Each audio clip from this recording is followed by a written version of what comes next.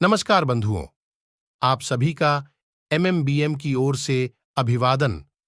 आज हम बामसेफ का इतिहास व उसके विषय में जानकारी प्राप्त करेंगे, लेकिन उससे पहले आपके लिए एक वीडियो आपकी स्क्रीन पर दिखेगा। आप ध्यानपूर्वक सुने। लेकिन वो कहते रहे कि हम भी एक राष्ट्रीय अध्यक्ष हैं। ऐसे ही एक वामन मेश्राम है जो प्रेसिडेंट बना। प्रेसिडेंट बनने के बाद उसके भी कर्म और उसका जो चरित्र है लोगों के सामने आया कि जब अध्यक्ष होता है तो सबके सामने होता है, सबकी निगाहें उसके ऊपर। हाँ, तो वो उसका अगर कोई गलत काम होता है तो वो चुप नहीं सकता। जब जो लाइट में है आदमी, फोकस में है, तो सबको दिखेगा। जब उसका चरित्र सही नहीं है, उसके विचार बदल गए, उसका उद्देश्य बदल गया, उसको लग रहा था कि अब जो है मैं इसका अध्यक्ष हो गया हूँ तो मैं दूसरा काशीराम हो रहा हूँ और मैं वो काशीराम से भी आगे गई उसके अंदर। और उसके साथ साथ जब उसका लोगों ने पाया कि उसका कैरेक्टर ही करप्ट है फंडामेंटली, तो लोगों ने के लिए जरूरी और अच्छा होना और अपने ही समाज की महिलाओं के साथ या लोगों के साथ अगर सेक्सुअल असॉल्ट करता है तो उसको कौन बचाए। तो ऑर्गेनाइजेशन के लोगों ने उसको क्लियर कर दिया, पब्लिक में बता दिया कि भाई इसको जो है सेक्सुअल बीमारी है, इससे बच के रहो, इससे दूर रहो, इसलिए उसको अलग किया गया। ये फैक्ट है उसके बारे में, ये तो मेरे रिसर्च में भी है और ये मैं उसका साक्षीदार हूँ जहाँ पर ये घटनाएं घटी। मेश्राम ने असॉल्ट किया उसके ऊपर, उन घटनाओं का मैं चश्मदीद जो है गवाह हूँ। तो ये मेश्राम के बारे में कहानी हुई।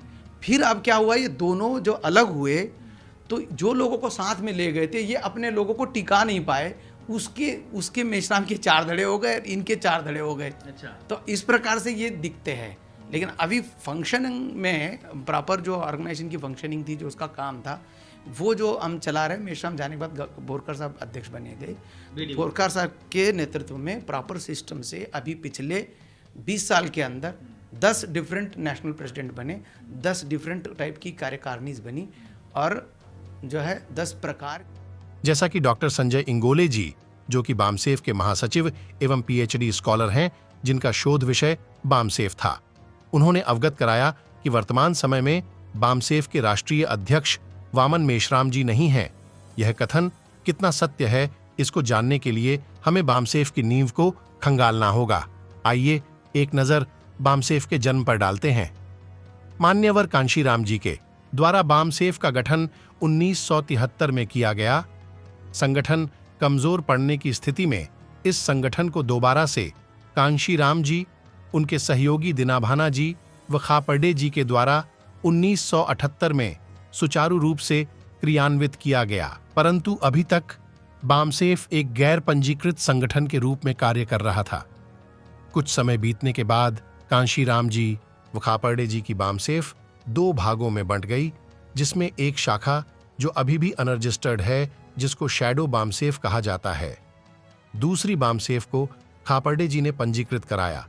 वैसे खापर्डे जी कांशीराम जी के बाद बामसेफ के राष्ट्रीय अध्यक्ष बने। इधर खापर्डे साहब के स्वास्थ्य में लगातार गिरावट आती गई।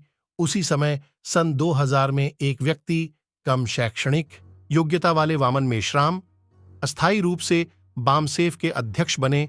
2003 में वामन मेश्राम को किन्हीं कारणों की वजह से बामसेफ से अलग कर दिया गया। एक संस्था या संगठन के कुछ नियम व प्रारूप होते हैं।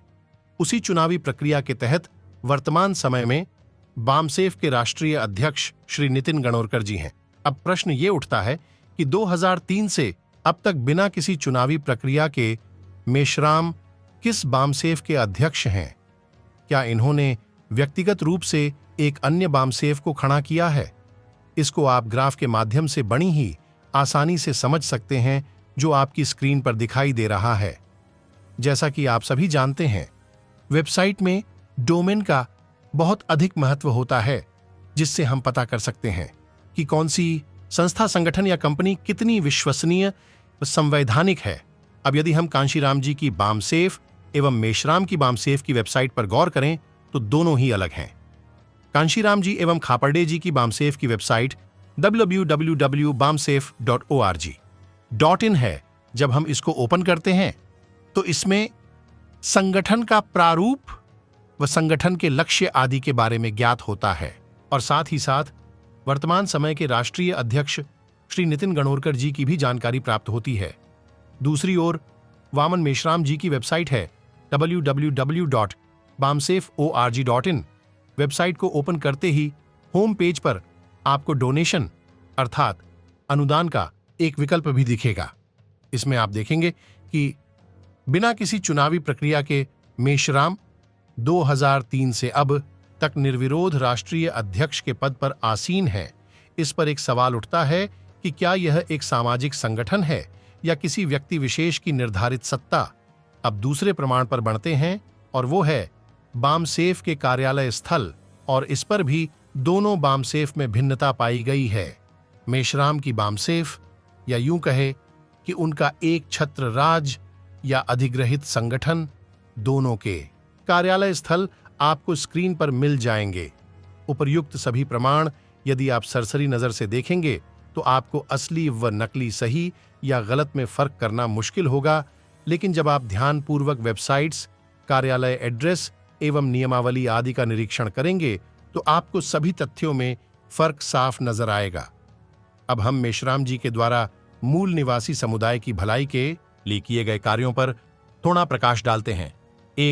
2014 से ईवीएम का विरोध कर रहे हैं और लगातार उसी ईवीएम की बदौलत विशेष पार्टी की सत्ता निर्विरोध चली आ रही है।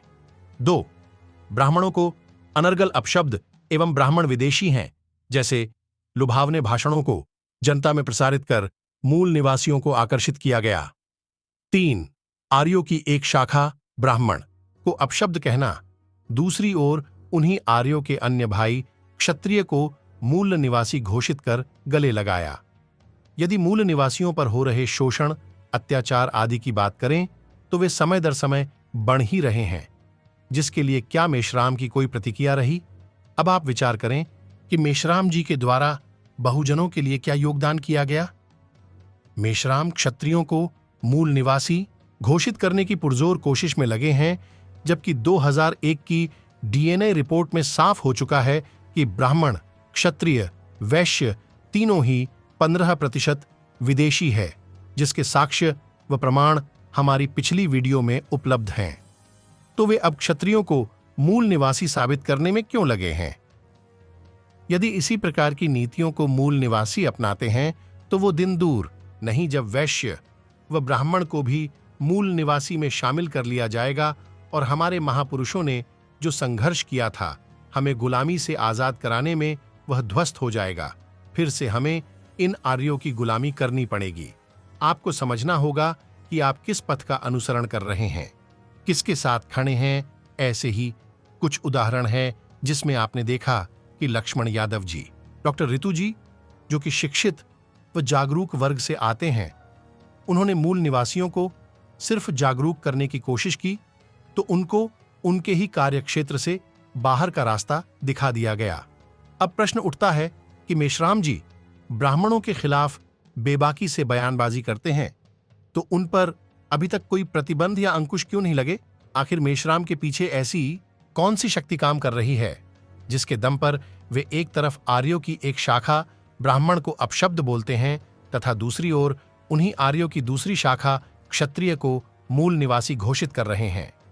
बामसेफ एक ऐसा संगठन था जिसको कांशीराम ने एक नारे के बल पर खड़ा किया था, जिसमें तिलक, तराजू व तलवार तीनों का समान विरोध किया गया था, ताकि इस देश के मूल निवासी पूर्ण रूप से सामाजिक, राजनैतिक, आर्थिक सभी तरह से स्वतंत्र हो सके।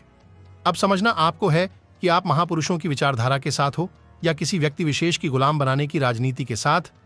यहां पर सभी साक्ष्य व प्रमाण आपके समक्ष रखे गए हैं।